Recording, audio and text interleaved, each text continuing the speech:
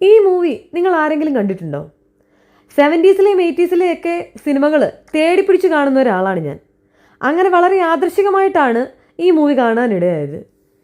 IV Sasi സംവിധാനം ചെയ്ത് 1982 ഇറങ്ങിയ ഇന്നല്ലെങ്കിൽ നാളെ എന്ന സിനിമയെക്കുറിച്ചാണ് ഇവിടെ ഞാൻ പറയാൻ ആഗ്രഹിക്കുന്നത്.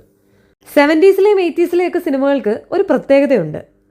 ഇന്നത്തെ സിനിമകളിലെ പോലെ വയലൻസിനെയോ ഡ്രഗ് അബ്യൂസിനെയോ അല്ലെങ്കിൽ ഗുണ്ടായിസത്തിനെയോ ഒന്നും ഗ്ലോറിഫൈ ചെയ്യുന്നില്ല. എല്ലാ സിനിമയുടെ അവസാനവും ഒരു മോറലുണ്ടാവും.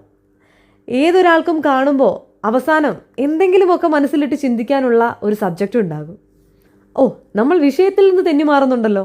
നമ്മൾ പറഞ്ഞുകൊണ്ടിരുന്നത് ഇന്നല്ലെങ്കിൽ നാളെ എന്ന മൂവിയെക്കുറിച്ചിട്ടാണ്. ഈ മൂവിയിൽ അഭിനയിച്ചിരിക്കുന്നത് മമ്മൂട്ടിയും സീമയും രതീഷും ഉണ്ണിമേരിയും ഒക്കെയാണ്.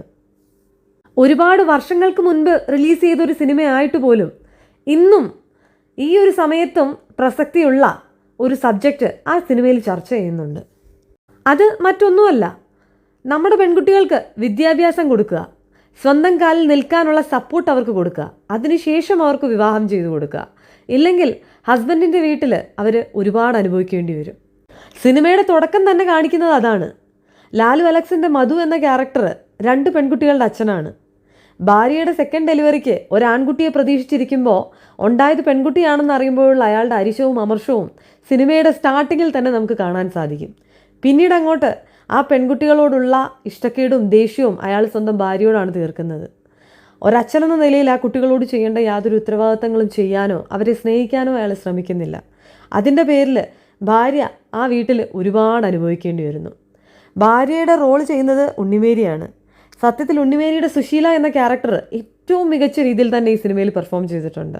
ഒരുപക്ഷെ നായികയേക്കാൾ ഒരുപടി മുന്നിൽ എന്ന് വേണമെങ്കിൽ പറയാം. ഒരുപാട് ജീവിതങ്ങളുടെ കഥ പറയുന്ന ഈ മൂവിയിൽ ശരിക്കും നമ്മുടെ സൊസൈറ്റിയിൽ ഇപ്പോഴും നടക്കുന്ന ഒരുപാട് കാര്യങ്ങളെക്കുറിച്ച് ചർച്ച ചെയ്യുന്നുണ്ട്. അതിൽ പ്രധാനപ്പെട്ട മറ്റൊരു സബ്ജക്റ്റാണ് ഡൗറി. ഇപ്പോഴും ഒരുപാട് ആത്മഹത്യകളും ചൂഷണങ്ങളും നടക്കുന്ന ഒരു സമയമാണ്.